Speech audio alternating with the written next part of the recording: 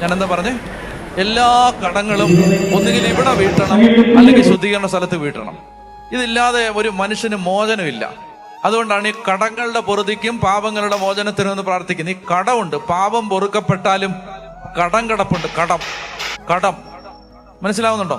അപ്പൊ അതുകൊണ്ട് ഈ ജീവിതത്തിൽ അന്യായങ്ങൾ ചെയ്തു കൂട്ടുമ്പോ, ഒത്തിരി മനുഷ്യരുടെ കണ്ണുനീര് വീഴ്ത്തുമ്പോ, ഒരുപാട് പേര് നമ്മളെ ശപിച്ചും പ്രാഗി ഇറങ്ങിപ്പോകുമ്പോ, ഒത്തിരി പേരെ ഈ ധാർഷ്ട്യവും ധിക്കാരവും കൊണ്ട് പീഡിപ്പിക്കുമ്പോ, വേലക്കാരന് കൂലി കൊടുക്കാതിരിക്കുമ്പോ, ന്യായമായ കൂലി പ്രതിഫലം മനുഷ്യന് കൊടുക്കാതെ പീഡിപ്പിക്കുന്ന സമയത്ത്, അന്യായ കൊള്ളപ്പലിശ ഉണ്ടാക്കുന്ന സമയത്ത് ഓർത്തോണം, ഇതിനൊക്കെ ഒരു കണക്കുണ്ട്. ഇതെല്ലാവർക്കും ബാധകമാണ്. മനസ്സിലായോ? മറ്റുള്ളവനെ പീഡിപ്പിക്കുമ്പോ, അന്യായ കൊള്ള നടത്തുമ്പോ, കൊള്ള നടത്തുമ്പോ ഇതിനൊക്കെ ഒരു കണക്കുണ്ടെന്ന് ഓർത്തോണം.